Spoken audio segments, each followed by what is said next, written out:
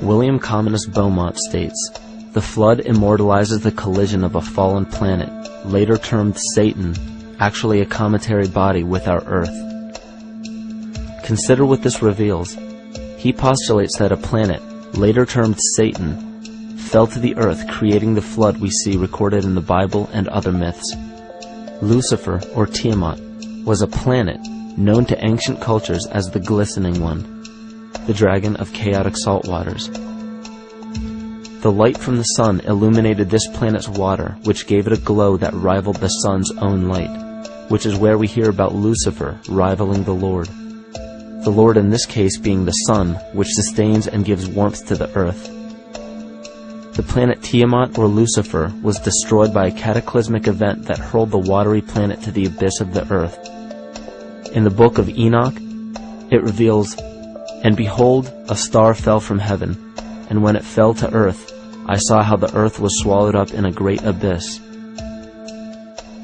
The myth of the Ute Indians states, "The sun was shivered into 1,000 fragments, which fell to earth, causing a general conflagration. Then Tawats fled before the destruction he had wrought. And as he fled, the burning earth consumed his feet, legs, body, hands, and arms, until at last, swollen with heat, the eyes of the god burst and tears gushed forth in a flood which spread over the earth, extinguishing the fire."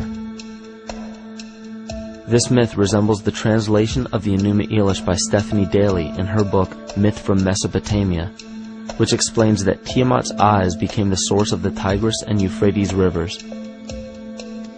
As written in the book of Revelations, "And there was a war in heaven. Michael and his angels fought against the dragon, and the dragon and his angels fought back.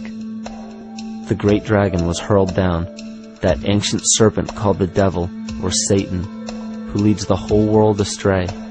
He was hurled to the earth." The Roman mythology of Ovid gives the story of Phaeton, which happens to be another name given to the watery planet Lucifer, or Tiamat. This story reveals that Phaeton was a child of the sun and wished to become the sun for a day. Phaeton attempted this feat, and eventually Jove, who is also known as Marduk, destroyed Phaeton, sending him crashing to the earth in flames and put out by a tremendous flood of water from a river unseen before. The common theme we notice here is that of a saltwater planet. The great dragon, Lucifer, Tiamat, or Phaeton, was defeated and fell to the earth, and now dwells in the abyss known as Hell, giving us the outline of the story of Lucifer rising up against the Lord and being defeated and banished to rule the underworld. As we know, however, an outline is but a shell of a story. The inner meaning, the spirit of the myth, comes with a deeper understanding of the essence of each planet, not just the physical planet, but the conscious core, because we know now that the proportions and velocity of a planet gives them their own characteristic frequencies, which govern biological and behavioral patterns. These planets reflect the archetypal psychology of man. In ancient times, probably the most important field of research was the study of the heavens. Galactic bodies and their movement through the sky were known to be symbolic of the inner faculties within human consciousness. Within all organisms, outdated science has only explained the physical world measured by our five senses. Only in esoteric religions, mysticism, and quantum fields of science are we to find any attempt at explaining where thoughts and emotions fit into the sense-perceptible world. We also understand now that humanity is a community of cells within the organism of the Earth. The Earth, therefore, is a higher organism that shapes our form and function. This higher organism and all other planetary bodies are governed by consciousness, just as we individual humans are. Therefore, the Newtonian belief that galactic bodies are nothing more than lifeless forms floating in space is tantamount to claiming that we humans are nothing more than a composite of elements in motion. We know that this is untrue because we feel, we think, and furthermore we see the result of our consciousness creating what we call life.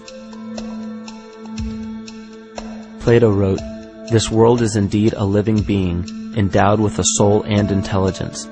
a single visible living entity containing all other living entities, which by their nature are all related.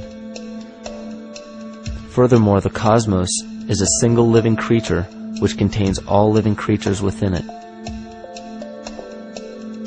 And in an article out of the Sufi journal, the author writes, "The world is a living spiritual being."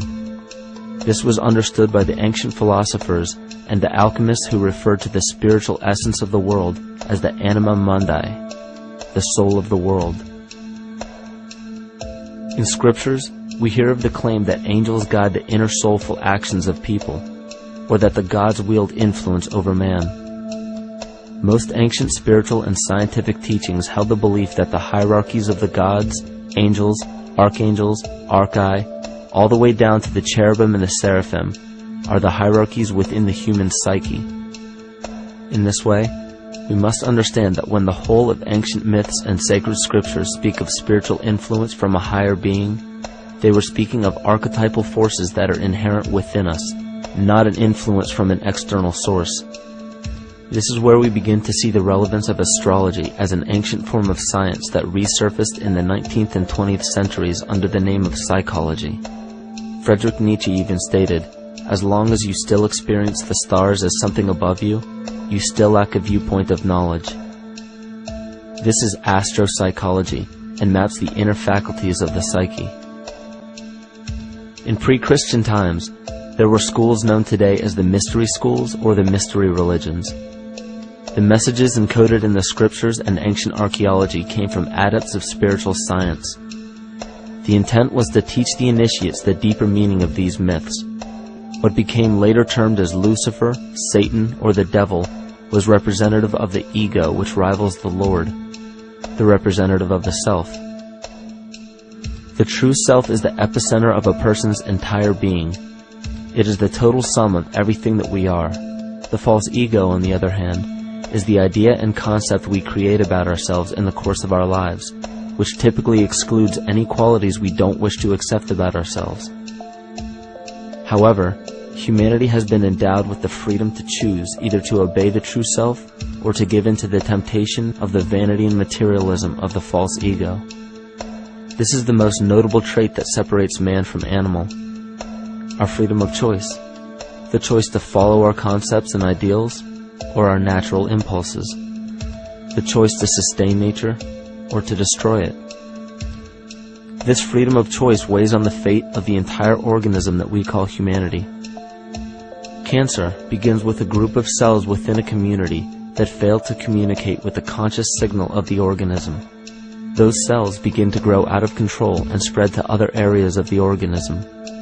This very disease is evident in our world today. The cancer upon our earth is the domination of our false ego and our divorce from nature. Collectively, among every human, the cancer upon our earth is the domination of our false ego and our divorce from nature. Collectively, among every human, vanity leads to segregation and competition. Competition leads to fear and greed. Greed leads to deceit and immorality. And immorality is the breeding ground for illness, waging war on our earth. Every act of hatred and destructiveness in our world begins with self-hate and self-destructiveness. And it all begins with a breakdown in communication.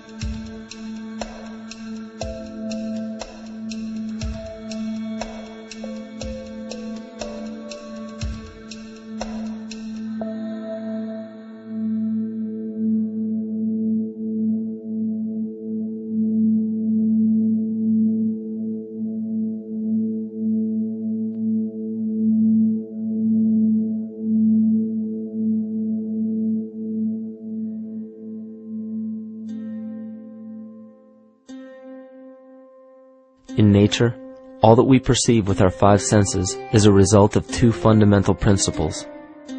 Everything in existence is made of a relationship between vibration and matter. Vibration is a masculine creative force countered by matter, which is a feminine receptive force.